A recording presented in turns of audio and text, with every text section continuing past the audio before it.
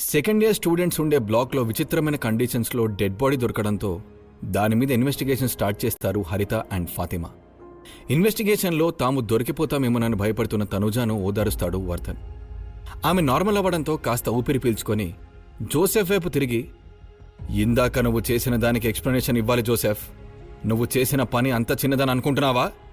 నీకు అంతగా ఆకలి వేస్తే మా దగ్గరకు రావాలి, కానీ ఎవరిని పడితే వాళ్ళని తినేస్తావా? నీ గురించి మేము బయట వెయిట్ చేస్తున్నాం కదా, కనీసం ఆ విషయం కూడా గుర్తులేదా? నీకు ప్రతి విషయం చాలా క్లియర్గా చెప్పాను, అయినా నిర్లక్ష్యం చేశావు. నీ అతి తెలివితో ఎంత పెద్ద సమస్య తీసుకొచ్చావో నీకు అర్థమవుతుందా? నీకు నచ్చినట్లు ప్రవర్తించడం మొదటిసారి కాదు, అంతకుముందు అలాగే చేశావు. ఇప్పుడు ఇది రెండోసారి. నోరు విప్పి సమాధానం చెప్పు అని కోపంతో గట్టిగా అరిచాడు వర్ధన్. వీరేంటి ఆకలిస్తే మా దగ్గరికి రావాలి కదా అంటున్నాడు? వచ్చి మమ్మల్ని పీక్కు తినమని వీడి ఉద్దేశమా? వాడు వస్తే ఫస్ట్ నిన్నే పీక్కు తింటాడు అని వర్ధన్ వైపు గుర్రుగా చూసింది తనూజ. ఐఎమ్ సారీ, ఇదంతా నాకు తెలియకుండానే జరిగింది. నాలో ఆకలి పెరగడం, అదే సమయంలో రవి నన్ను కొట్టడం ఒకేసారి జరిగాయి. నా మీద నేను పూర్తిగా కంట్రోల్ కోల్పోయాను. మళ్ళీ నేను సెన్సెస్లోకి వచ్చేసరికి వాడి శవాన్ని తింటున్నాను.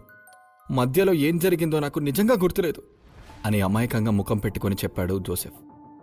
ఓకే ఓకే ఆన్సర్ ఎన్నిసార్లు చెప్తావురా నాయనా అన్నట్లు చూశాడు వర్ధన్. అయితే మొదట్లో జోసెఫ్ మీద అనుమానం ఉన్నప్పటికీ రాను రాను అతని నమ్మడం కూడా స్టార్ట్ చేశాడు. అందుకే ఇప్పుడు కూడా అతని మాటలను నమ్మేశాడు వర్ధన్. కేవలం అతనొక్కడే కాదు, తనుజ, ధీరజ్ కూడా అతని యాక్టింగ్కి పడిపోయారు. అంత తెలివిగా ముఖంలో కంగారు, బాధ లాంటి ఫీలింగ్స్ పలికిస్తూ బీభత్సంగా నటించేశాడు జోసెఫ్. మనుషుల్నైతే మోసం చేయగలిగాడు, కానీ ధీరజ్ సిస్టమ్ ముందు అతని పప్పులు ఏమీ ఉడకలేదు. అతను అబద్ధం చెప్తున్నాడు అని చెప్పాడు Kali. What do you mean? వాడు చెప్పేది అబద్ధమని ఎలా చెప్తున్నావు అని అయోమయంగా అడిగాడు ధీరజ్. నీకు నేను ఆల్రెడీ క్లియర్గా చెప్పాను ధీరజ్. జోసెఫ్కు నీకు మధ్య ఉన్న కనెక్షన్ వలన వాడికి ఆకలి వేస్తే నీకు తెలుస్తుంది. అసలు నేను ఆ విషయం నీకు చెప్పిందే నిన్న. నా అనాలిసిస్ ప్రకారం రేపటి వరకు తనకు ఆకలి వేయడం అసంభవం. అసలు హంగర్ గ్రో అయితే ఫస్ట్ హంగర్ ప్యాంగ్స్ వస్తాయి, తరువాత నీరసపడతాడు, తరువాత అన్స్టాపబుల్ అవుతాడు. వీక్ అవ్వడం అంటూ జరిగితే అతనితో పాటు నువ్వు కూడా ఇద్దరు ఒకేసారి వీక్ అవుతారు.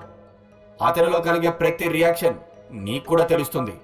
వాడికి ఆకలి ఎంత పెరిగితే ఇద్దరి మధ్య కనెక్షన్ అంత వీక్ అవుతుంది. నువ్వు నిజం తెలుసుకోవాలని అనుకుంటే వాణ్ణి ఈసారి నువ్వు క్వశ్చన్ చెయ్యి అని స్పష్టంగా చెప్పాడు కాళీ.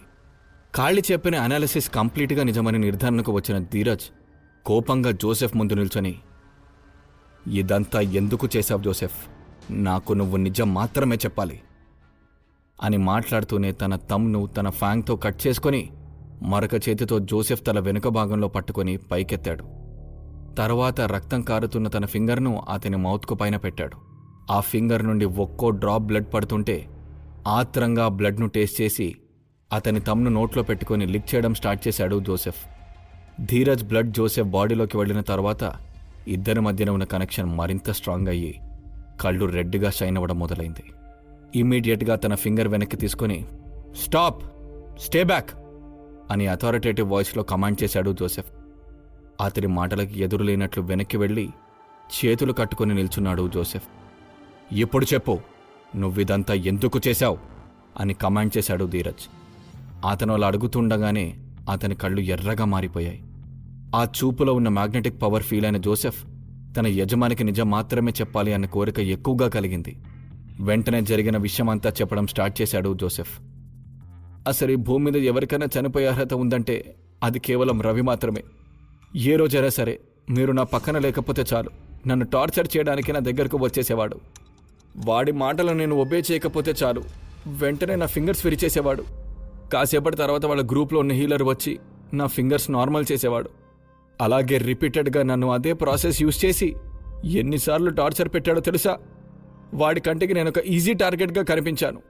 వాడు చెప్పిన పని చేయకపోతే పనిష్మెంట్ ఫేస్ చేయాలి. ఆ పెయిన్ భరించలేకపోయేవాణ్ణి. నా దగ్గర మరో దారి లేక చెప్పినట్లల్లా చేయడానికి ఒప్పుకున్నాను. ఇందాక డ్యూక్ రాజ్ నాకు రివార్డ్ ఇచ్చినప్పుడు కూడా వాడికి రాకుండా నాకు అబిలిటీ బుక్స్ వచ్చాయని నన్ను టార్చర్ చేసి ఫ్రస్ట్రేషన్ తీర్చుకున్నాడు. ఇది మొదటిసారి కాదు. వాడికి కోపం వచ్చిన ప్రతిసారి అది ఎవరి మీదనైనా సరే నా దగ్గరకు వచ్చి నన్ను చిత్రహింసలు పెట్టి కోపం తీర్చుకొని మానసిక ఆనందం పొందేవాడు. అంత పెద్ద సైకో ఈరోజు కూడా ప్లాన్ ప్రకారమే నన్ను ఆ హాల్వే దగ్గర వెయిట్ చేయమన్నాడు. వాడిలో ఉన్న సైకోను సాటిస్ఫై చేసుకోవడానికి నన్ను కొట్టడం స్టార్ట్ చేశాడు. ఇక నేను భరించలేకపోయాను. ఎన్ని రోజులు నేను ఒక బలహీనుడిని, నా దగ్గర ఎలాంటి పవర్స్ లేవు. వాడి ఆకృత్యాలు బేరు చేయడం తప్ప మరో మార్గం లేకుండా పోయింది. ఇప్పుడు అలా కాదు, నాకు పవర్స్ వచ్చాయి, నేను కూడా ఎదిరించగలను. అందుకే వాడు నన్ను కొడుతుంటే నాలో వాడిని చంపేయాలన్నంత కసి పగ రగిలాయి. తగిన గుణపాఠం చెప్పాలనుకున్నాను, అందుకే తిరిగి కొట్టాను. నా కోపానికి వాడు అర్హుడే. వాడి ఫ్లెష్ తినడం చాలా చిన్న పనిష్మెంట్. మీకు నేను చేసింది తప్పనిపించినప్పటికీ నేనేం చేయలేను. ఎన్ని రోజులుగా నాలో నేను పడ్డ బాధ, కోపం అన్నీ ఈ విధంగా తెరుచుకున్నాను అని ఇప్పటికీ కూడా రవి పేరు తలుచుకుంటే చాలు వస్తున్న కోపాన్ని కంట్రోల్ చేసుకొని మనసులో బాధనంతా వెళ్ళగక్కాడు జోసెఫ్. అతని మాటలు విన్న ధీరజ్ రిలీఫ్గా ఫీల్ అయ్యాడు. జోసెఫ్ తనకు కొత్తగా వచ్చిన పవర్స్ చూసుకొని మానసిక ఆనందం కోసం ఒక మనిషిని చంపాడేమో అనుకుని బాధపడ్డాడు ధీరజ్. కానీ రవి వల్ల తను పడ్డ బాధలను చెప్తుంటే జాలి కలిగింది. అతను రియాక్ట్ అయిన విధానం కరెక్ట్ అనిపించింది. తను చేసింది తప్పు కాదు అనిపించినా ప్రస్తుత పరిస్థితుల్లో అది పెద్ద సమస్యగా మారి తమ నెత్తి మీద కూర్చుందని భయపడ్డాడు ధీరజ్. ప్రస్తుతం మన సమాజంలో పరిస్థితులు అలాగే ఉన్నాయి. స్కూల్, కాలేజ్, అకాడమీ అనే కాదు, అన్ని చోట్ల అణిచివేతకు గురవుతున్నారు చాలామంది మనుషులు.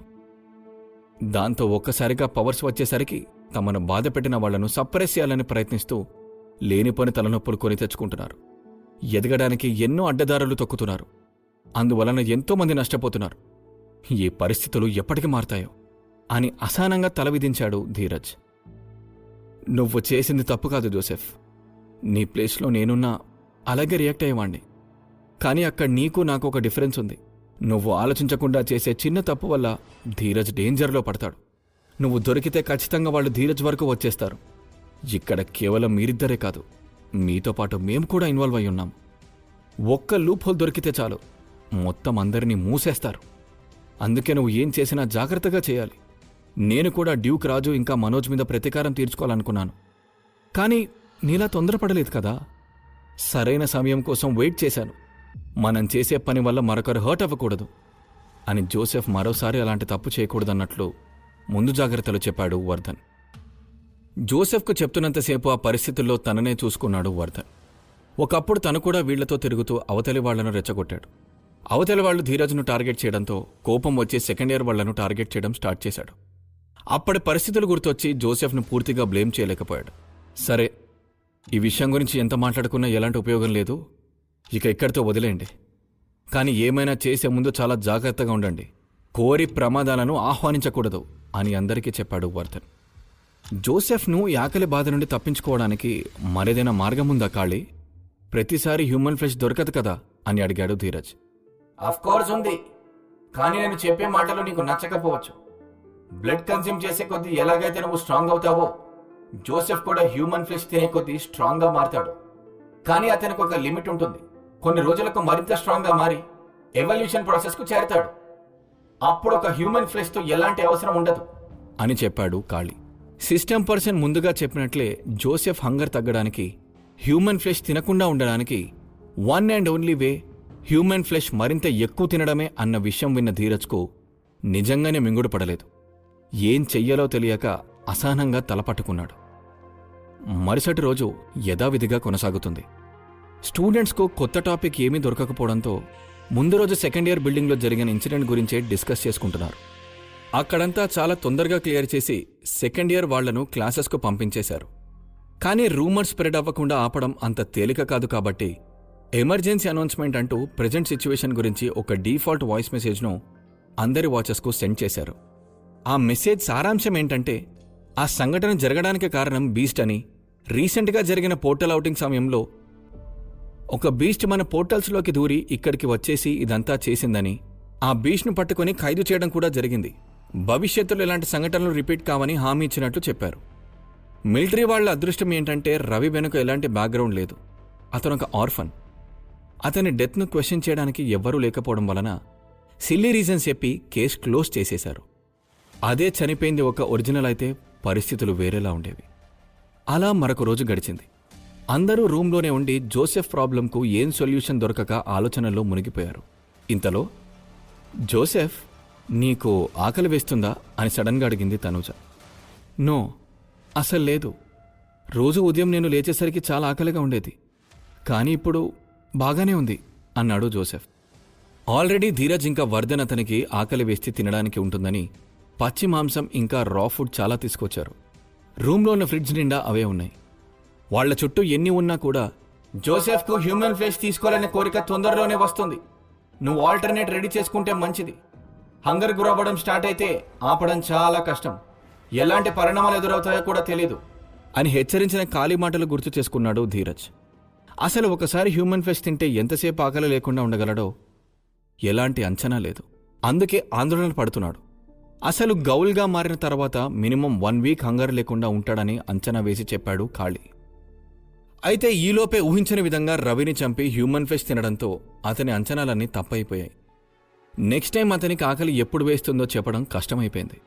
ఈ సమస్యకు పరిష్కారం ఖాళీ దగ్గర కూడా లేకపోవడంతో ఏం చేయాలో అర్థం కాని పరిస్థితులు ఏర్పడ్డాయి. ఎవరికి వారి ఆలోచనలో మునిగిపోయారు.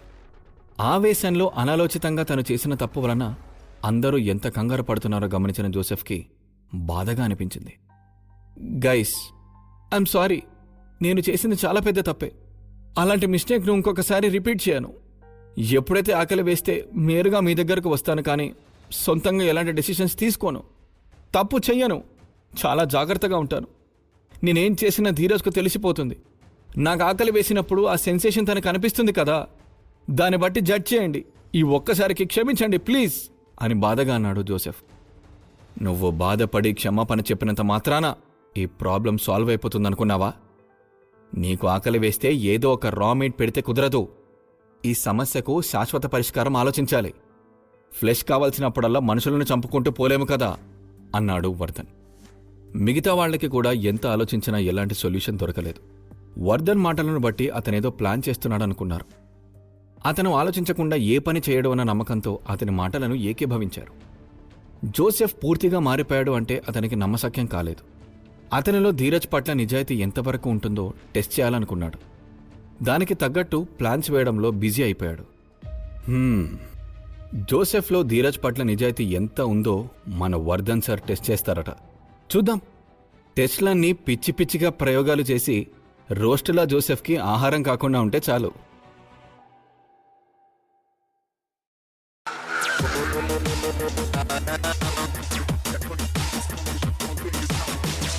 Episode 99. Black suit, demon mask.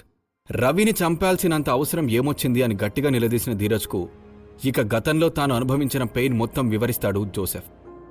కానీ అతనిలో మార్పు రావడం ఎంతవరకు నిజమనేది టెస్ట్ చేయాలనుకుంటాడు వర్ధన్.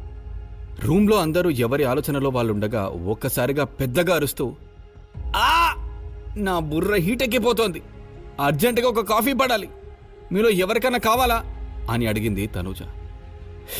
దేవుడా, ఇక్కడ రక్తం తాగేవాడిని, మాంసపు ముద్దలు తినేవాడిని కాఫీ అడగకూడదు పాప. అయినా ఈ సీన్లో నీకు కాఫీ కూడా తాగాలనిపిస్తుందా అని వియర్డ్గా అడిగాడు వర్ధన్. నిజమే, ఈ ఇద్దరి ఎదురుగా కాఫీ తాగినా కూడా వామిటింగ్ వస్తుంది. ఏదో కాస్త టెన్షన్ తగ్గుతుందని అడిగాను. ఇద్దరి సంగతి మర్చిపోయాను అంటూ బుర్రగొక్కుంది తనూజ. ఓయ్, ఛాన్స్ దొరికింది కదా అని టీజ్ చేస్తున్నారేంటి? ఏంటి సంగతి? మీ ఇద్దరి మీద కాన్సన్ట్రేట్ చేయడం స్టార్ట్ చేయనా అని కనుబొమ్మలు ఎగరేస్తూ అల్లరిగా అడిగాడు ధీరజ్. నమస్కారం సామి, మా ఇద్దరిని వదిలే మాకేమైనా అయితే మీ ఇద్దరికీ సాయం చేసేవాళ్ళు ఎవ్వరూ ఉండరు. నీ కాన్సన్ట్రేషన్ను మా మీద నుండి జోసెఫ్ మీదకు షిఫ్ట్ చేయి బాబు, నీకు పుణ్యం ఉంటుంది అని దండం పెట్టాడు వర్ధన్. బాగా భయపడినట్లున్నావు నవ్వుతూ అడిగాడు ధీరజ్. భయానికే భయం పుట్టించే మనుషులను పక్కన పెట్టుకొని ఇంకా బ్రతికే ఉన్నానంటే నేను చాలా గ్రేట్. నీ సంగతేమో గాని ఈ జోసెఫ్ గాడిని చూస్తే మాత్రం చాలా భయం వేసింది. అర్ధరాత్రి ఆకలికి ఆగలేక నన్నెక్కడ పీక్కు తింటాడో అని గుబులుతో నిద్ర కూడా పట్టలేదు. ఇక నరమాంస భక్షకుడిలాగా రవిగాడిని పీక్కు తింటూ నాకు సినిమా చూపించాడు. ఇక మా పరిస్థితి ఏంటో ఒకసారి ఆలోచించు అని ధీరజ్ వైపు చూస్తూ జాలిగా ముఖం పెట్టి అడిగాడు వర్ధన్. బాబు బంగారం, అకాడమీకి వచ్చిన కొత్తలో వర్ధను భయపెట్టడం ఎవరి వల్ల కాదని బిల్డప్ ఇచ్చావు, ఇప్పుడేమైంది అని అల్లరిగా నవ్వాడు ధీరజ్. అన్నానా, అనే ఉంటాలే అని లెంపలేసుకొని, జ్ఞానోదయం అయింది బాబు, ఎవరిని తక్కువ అంచనా వేయకూడదు. కాలం కలిసొస్తే పిల్లి కూడా పులిలా మారి తిరగబడుతుందని ప్రూవ్ చేశావు కదా, తెలుసుకున్నాను. ఇక నన్ను ఆడుకోవడం ఆపు తండ్రి, బుద్ధొచ్చింది అని ధీరంగా వేడుకున్నాడు వర్ధన్. అబ్బా, ఈ సీన్ చూడ్డానికి నా 2 కళ్ళు చాలడం లేదు. ఇలాంటి రోజు ఒకటి వస్తుందని నేనెప్పుడూ ఎక్స్పెక్ట్ చేయలేదు తెలుసా. వీడికి నా పీక పట్టుకోవడమే వచ్చనుకున్నాను, భయపడడం కూడా వచ్చని ఈరోజే అర్థమైంది అని వర్ధన్ను మరింత టీస్ చేసింది తనూజ. హలో, నేను తగ్గినా ఏం చేసినా అది కేవలం ధీరజ్ దగ్గర మాత్రమే. నీ దగ్గర ఒరిజినల్ వర్ధన్ అలాగే ఉన్నాడు. ఎక్కువ చేశావంటే బాక్స్ బద్దలైపోతుంది, జాగ్రత్త అని వార్నింగ్ ఇచ్చాడు వర్ధన్. రా రా, నువ్వు కొడుతుంటే కొట్టించుకోవడానికి ఇక్కడుంది ఎవడో గొట్టంగాడు కాదు, తనూజ, కలేజాకి బ్రాండ్ అంబాసిడర్ అని బిల్డప్ ఇచ్చింది తనూజ. అలా ఇద్దరూ మాటకి మాట అనుకుంటుంటే, ఇన్ని రోజులు బాగానే ఉన్నారు కదరా, మళ్ళీ ఏం పోయే కాలం వచ్చింది, ఆపండే అని గట్టిగా అరిచాడు ధీరజ్. ఆ దెబ్బకు ఇద్దరూ సైలెంట్ అయిపోయారు. ఆ ఇద్దరిని కసిరి సీరియస్గా ఆలోచిస్తున్న ధీరజ్ను చూసి, ఓయ్, మనం సెమిట్రీలో గానీ మార్చరీలో గానీ డెడ్ బాడీస్ కోసం ట్రై చేస్తే ప్రాబ్లం సాల్వ్ అవుతుంది కదా అని సలహా ఇచ్చింది తనూజ. ఆల్రెడీ ఆ ప్లాన్ నేను ఆలోచించాను, బట్ అది పాసిబుల్ కాదు. జోసెఫ్కు బ్రతికున్న వాళ్ళ ఫ్లెష్ మాత్రమే ఫీడ్ చేయాలి, లేదా అప్పుడే చనిపోయిన బాడీలో మీట్ అయినా పర్లేదు. కానీ చనిపోయిన బాడీలో మీట్ పనికిరాదు. ఇక వేరేవి సూట్ కావు. పొరపాటుగా పెడితే వెంటనే బయటికి వచ్చేస్తుంది. అయినా అకాడమీలో ప్రతిరోజు చనిపోయేవాళ్ళు ఎంతమంది ఉంటారు? ఇదేమీ నార్మల్ సిటీ కాదు, రెగ్యులర్గా మనుషులు ఉండటానికి. పాపులేషన్ కూడా చాలా తక్కువ. మనకు అలాంటి సోర్సెస్ ఎక్కడ దొరుకుతాయి? పొరపాటుగా దొరికినా కూడా మనం పట్టుబడే ఛాన్స్ ఎక్కువగా ఉంటుంది. అలాని ఎవరినైనా చంపుతుండగా దొరికితే అది మరింత ఘోరం. పరిస్థితి ఎలా మారిపోయిందంటే ఇడ్లీ దోశ తిన్నంత సులభంగా బ్లడ్ ఫ్లెష్ అని మాట్లాడాల్సి వస్తుంది.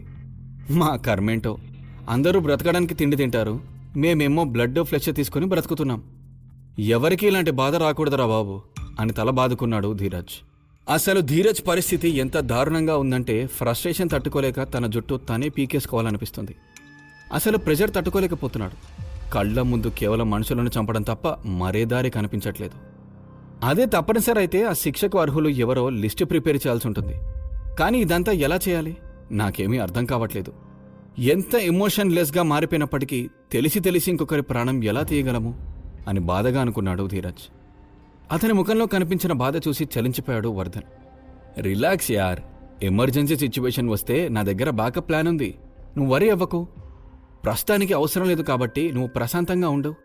నేను తనుజ ఏదో ఒకటి చూసి తీసుకొస్తాం. అది వర్కౌట్ కాకపోతే నా బ్యాకప్ ప్లాన్ ఉండనే ఉంది కదా అని ధైర్యం చెప్పాడు వర్ధన్. బ్యాకప్ ప్లానా? ఏంటది? క్యూరియస్గా అడిగింది తనూజ. నీకు చెప్పను పో, ఒకవేళ నీ అదృష్టం బాగుండి చెప్పినా కూడా చేయడం నీ వల్ల కాదు, ఓన్లీ నా వల్లనే పాసిబుల్ అవుతుంది అని గర్వంగా ఆమె వైపు చూస్తూ ధీరజ్ దగ్గరకు వెళ్ళి అతని చెవిలో సీక్రెట్గా చెప్పాడు వర్ధన్. తనూజకు తను చేయలేనిది వర్ధన్ చేయగలిగేదేంటో ఎంత ఆలోచించినా అర్థం కాలేదు. ఛీ, ఇదంతా వీడి వల్లే అనుకుంటూ జోసెఫ్ వైపు కోపంగా చూసింది తనూజ. అయితే వర్ధన్ సీక్రెట్గా తన చెవిలో చెప్పిన మాట విన్న ధీరజ్ షాక్ అయ్యాడు. నో, ఈ ప్లాన్కి నేను ఎంతమాత్రం ఒప్పుకోను. మంచి చేయడానికైనా హద్దుండాలి. నా కోసం నువ్వు ఎంత దూరమైనా వెళ్తావని తెలుసు, కానీ ఇలాంటి నిర్ణయం తీసుకుంటావని అస్సలు అనుకోలేదు. దీనికి నేను ఎప్పటికీ ఒప్పుకోను అని తేల్చి చెప్పాడు ధీరజ్. ఎమర్జెన్సీ సిచ్యువేషన్ వస్తే మనకిది తప్ప మరొక దారి లేదు. చూస్తూ నేను ప్రమాదంలో నెట్టడం నా వల్ల కాదు. అందుకే నిర్ణయం తీసుకున్నాను. నువ్వు రిజెక్ట్ చేయడానికి వీల్లేదు అని సీరియస్గా చెప్పాడు వర్ధన్. సరే, నన్ను కాస్త ఆలోచించుకోనివ్వు, చిన్న పని ఉంది, బయటికి వెళ్ళొస్తాను. నేను వచ్చే వరకు జోసెఫ్ను జాగ్రత్తగా చూసుకోండి అని వర్ధన్ ఇంకా తనూజాను ఉద్దేశించి చెప్పాడు ధీరజ్. అలాగే బాబు, ఈ బేబీకి బేబీ సెట్టింగ్ మేము చేస్తాం, కానీ నువ్వు వర్క్ ముగించుకొని తొందరగా రా అని జోసెఫ్ వైపు పళ్ళు నూరుతూ చెప్పాడు వర్ధన్. సరే అని రూమ్ నుండి బయటకు వచ్చి, నువ్వు చెప్పిన ఆప్షన్కు నేను అస్సలు ఒప్పుకోను వర్ధన్, ఈ సమస్యకు ఖచ్చితంగా సొల్యూషన్ ఆలోచిస్తాను అనుకుంటూ హాస్పిటల్ వైపుగా వెళ్ళాడు ధీరజ్. నిత్యం హాస్పిటల్కు చాలామంది గాయపడిన సోల్జర్స్, దెబ్బలు తిన్న స్టూడెంట్స్, ఏదైనా డిజీజ్ అటాక్ అయిన వాళ్ళు ఇలా చాలామంది వస్తారు. Fresh meat or fresh dead body దొరకడానికి ఈ ప్లేస్ ఒక్కటే ఆప్షన్ అనుకుంటూ వాళ్ల రూమ్ ఉన్న బ్లాక్ నుండి బయటకు వచ్చిన ధీరజ్ ఒక దగ్గర ఆగిపోయి నేరుగా పార్క్లో అంతకు ముందున్న ప్లేస్కు వెళ్ళాడు. అక్కడికి రావడానికి గల ముఖ్య కారణం తనని తాను కరెక్ట్గా ఉన్నానా లేదా అన్న విషయం టెస్ట్ చేసి తెలుసుకోవాలని అనుకున్నాడు. తను బాగుంటేనే కదా ఏదైనా చేయగలడు అనుకున్న ప్లేస్కి రీచ్ అవ్వగానే హెడ్ మీద ఉన్న అంబ్రెల్లా విసిరి కొట్టాడు ధీరజ్. సన్లైట్ స్కిన్కు తగలగానే మీ శరీరాన్ని సూర్యరశ్మి నేరుగా తాకుతుంది, మీ స్టాట్స్ అన్నీ 70% రెడ్యూస్ అవుతాయి అని మెసేజ్ వచ్చింది. వెంటనే షాడో ఎక్విప్ అని కమాండ్ ఇచ్చాడు ధీరజ్. కమాండ్ ఇవ్వడంతోనే ఒక షాడో అతని చుట్టూ ఫామ్ అవ్వడం స్టార్ట్ అయ్యి బాడీ అంతటినీ కవర్ చేసింది. కాసేపటికి గౌరవ్ డిజైన్ చేసిన బ్లాక్ సూట్, డెమాన్ లాంటి మాస్క్ అతని శరీరాన్ని కవర్ చేశాయి. వెంటనే you are no longer affected by sunlight, your stats have been return to normal అని మెసేజ్ డిస్ప్లే అయింది. సక్సెస్! ఈ సూట్ దేనికోసం డిజైన్ చేశామో ఆ ప్రాబ్లం సాల్వ్ అయింది అని హ్యాపీగా ఫీల్ అయ్యాడు ధీరజ్. బ్లాక్ సూట్ తల నుండి పాదాల వరకు ఫుల్గా కవర్ అయ్యి ఉంది. కళ్ళ ప్లేస్లో ఓపెన్గా పెడితే సన్లైట్ తగులుతుందని భావించి వర్చువల్ డిస్ప్లే ఇన్స్టాల్ చేశాడు గౌరవ్. బయటకి వైట్ కలర్లో ఉన్న ఆ డిస్ప్లే షైన్ అవుతూ చూడటానికి ఈవిల్ డెమోన్లా కనిపిస్తున్నాడు ధీరజ్. ఆ సూట్ను ధీరజ్కు ఉన్న షాడో అబిలిటీకి తగ్గట్టు మ్యాచ్ చేయాలనుకున్నాడు గౌరవ్. అందుకోసం వైట్ కలర్లో మెరిసే కళ్ళు, డెమాన్ లాంటి మాస్క్, భుజం మీద రెడ్ లైన్స్తో చూడడానికి షాడో డెమాన్లా ఉన్నాడు. తన రెగ్యులర్ విజన్ కంటే పవర్ఫుల్ ఐస్ యొక్క పవర్ చాలా తక్కువ ఉండడం వలన ఆ ఒక్క విషయంలో మాత్రం అతను కాస్త అడ్జస్ట్ అవ్వాల్సి వస్తుంది.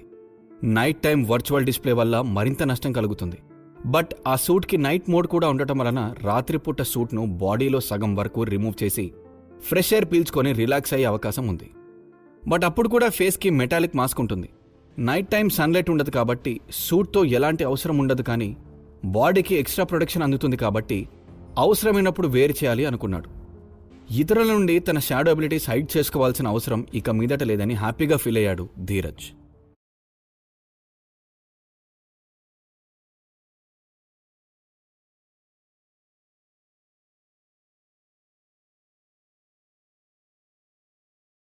సూట్ గురించిన టెస్ట్ కంప్లీట్ అయ్యాక ఒకసారి తన shadow abilities, blood abilities, vampire abilities అన్నీ ఆ సూట్లో ఉన్నప్పుడు ఎలా వర్క్ అవుతాయో టెస్ట్ చేసుకోవాలనుకున్నాడు ధీరజ్.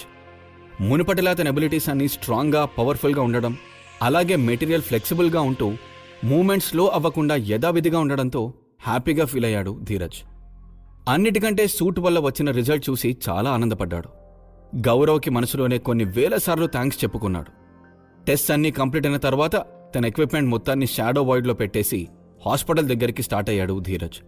హాస్పిటల్లోకి ఎంటర్ అయిన ధీరజ్ ఎలాంటి ఆటంకం లేకుండా నార్మల్ సిటిజన్ లాగా పర్టికులర్ రూమ్ కోసం వెతుకుతున్నట్టు అన్ని ఫ్లోర్స్ తిరుగుతూ తనకు కావాల్సింది దొరుకుతుందేమోనని సెర్చ్ చేస్తున్నాడు. అలా వెళ్తున్న అతను ఒకచోట రెడ్ కలర్ లైట్లో బ్లింక్ అవుతున్న ఆబ్జెక్ట్ చూసి ఆగిపోయాడు. షెట్, ఇక్కడ కెమెరాలున్నాయా? అకాడమీలో ఎక్కడా లేకపోతే అసలు ఈ సరౌండింగ్స్లో లేవనుకున్నాను. బట్ ఇక్కడ అడుగడుగున కెమెరాలున్నాయి. గాడ్, అకాడమీలో అంటే ఒరిజినల్స్ ఉంటారు. వాళ్ళు ప్రాక్టీస్ చేస్తున్న స్కిల్స్ మరొకరు ఎక్కడ కాపీ చేస్తారో అన్న భయంతో మిలిటరీ వాళ్ళకి నో కెమెరాస్ అని రూల్స్ పెట్టారు. సేమ్ రూల్ అన్ని చోట్ల వర్తించదు కదా. ఆ విషయం నేనెలా మర్చిపోయాను? ఇక్కడ ఏం చేసినా కెమెరాలో రికార్డ్ అయిపోతుంది. పోనీ సూట్ వేసుకుని ట్రై చేసినా కూడా నన్ను నేనే పట్టించినట్లు అవుతుంది, కానీ ప్రాబ్లం సాల్వ్ కాదు. తప్పనిసరి పరిస్థితుల్లో చేసినా కూడా higher official CC camera footage తీసుకొని ఇన్వెస్టిగేషన్ స్టార్ట్ చేస్తారు. అప్పుడు పరిస్థితి మరింత క్రిటికల్గా తయారవుతుంది. ఎటు చూసినా వర్ధన్ చెప్పిన ప్లాన్ ఒక్కటే బెస్ట్గా కనిపిస్తుంది. ఇక ఇక్కడుండి చేసేదేముంది, రూమ్కి వెళ్తే మంచిది అనుకుంటూ బయటికి నడుస్తున్న ధీరజ్ కంటికి బ్లడ్ ప్యాకెట్స్ కనిపించి ఊరించాయి. ఏదైనా ఎమర్జెన్సీ సిచ్యువేషన్ వస్తే అప్పుడు యూజ్ చేసి జాగ్రత్త పడచ్చు. ఇప్పటికైతే అది అవసరం లేదు అనుకొని సైలెంట్ అయిపోయాడు ధీరజ్. హాస్పిటల్ నుండి బయటికి వస్తుండగా అతని వాచ్కు ఒక వాయిస్ మెసేజ్ వచ్చింది. తను యాక్సెప్ట్ చేసి నచ్చినప్పుడు వినే ఆప్షన్ లేదు. దానికి అదే ఓపెన్ అయ్యి ప్లే అవ్వడం స్టార్ట్ అయింది. మిస్టర్ ధీరజ్, మీరెక్కడున్న నెక్స్ట్ 30 minutesలో జనరల్ నాథన్ ఆఫీస్లో రిపోర్ట్ చేయాలి. లేని పక్షంలో గార్డ్స్ వచ్చి మిమ్మల్ని ఇక్కడికి తీసుకువస్తారు అని వాయిస్ మెసేజ్ ప్లే అవ్వడం స్టాప్ అయింది. ఆ మెసేజ్ విన్న ధీరజ్ చాలా నర్వస్గా ఫీల్ అయ్యాడు. నేనొక వాంపైర్ అని తెలిసిపోయిందా, లేక జోసెఫ్ చేసిన పని బయటకి వచ్చిందా? అసలు ఎందుకు రమ్మని ఆర్డర్ వేశారు? రాకపోతే గార్డ్స్ వచ్చి లాక్కెళ్తారని వార్నింగ్ కూడా ఇచ్చారు.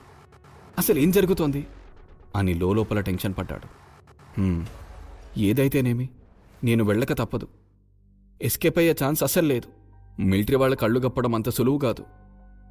దొరికితే ఈ రోజుతో నా చాప్టర్ క్లోజ్ అంతే అనుకుంటూ ఇచ్చిన టైం లిమిట్లో జనరల్ నాథన్ ఆఫీస్కి రీచ్ అయ్యాడు ధీరజ్. ఆఫీస్ రూమ్ డోర్ ముందు నిల్చుని నాక్ చేశాడు ధీరజ్. కమెన్ అని లోపల నుండి ఆన్సర్ రాగానే రూమ్లోకి ఎంటర్ అయిన ధీరజ్కు ఎదురుగా ఉన్న ఆఫీస్ టేబుల్కి ఆనుకొని నిల్చున్న నాథన్, అతనికి కాస్త దూరంలో ఫాతిమా, డాక్టర్ హరిత కూడా నిల్చొని కనిపించారు. వాళ్ళందరినీ అక్కడ చూసి నార్మల్గానే అనిపించినప్పటికీ కాస్త దూరంలో చైర్లో కూర్చున్న ఫీమేల్ లై డిటెక్టర్ను చూసిన ధీరజ్కు గుండె ఆగినంత పనైంది. ఇదిలా ఉండగా రూమ్లో జోసెఫ్కు కాపలా కాస్తున్న వర్ధన్ తనతో పాటు ఉన్న తనుజాతో, నేను బయటికి వెళ్లే పని ఉంది, ఫాస్ట్గా కంప్లీట్ చేసుకొని వస్తాను, జాగ్రత్తగా ఉండు అని చెప్పాడు. ఓకే, నేను కేర్ఫుల్గా ఉంటాను. కానీ నీ బ్యాకప్ ప్లాన్ ఏంటో నాకు చెప్పవా అని క్యూట్గా అడిగింది తనూజ. ఈ వర్ధన్ బ్యాకప్ ప్లాన్ అని చెప్పకుండా ఊరిస్తున్నాడు. వీడి సంగతి తర్వాత చూసుకుందాం. కానీ ధీరజ్ని నాదన్ క్యాబిన్కి ఎందుకు పిలిపించుంటారో నాకైతే తెలీదు. మీకు తెలిస్తే కామెంట్స్లో చెప్పండి.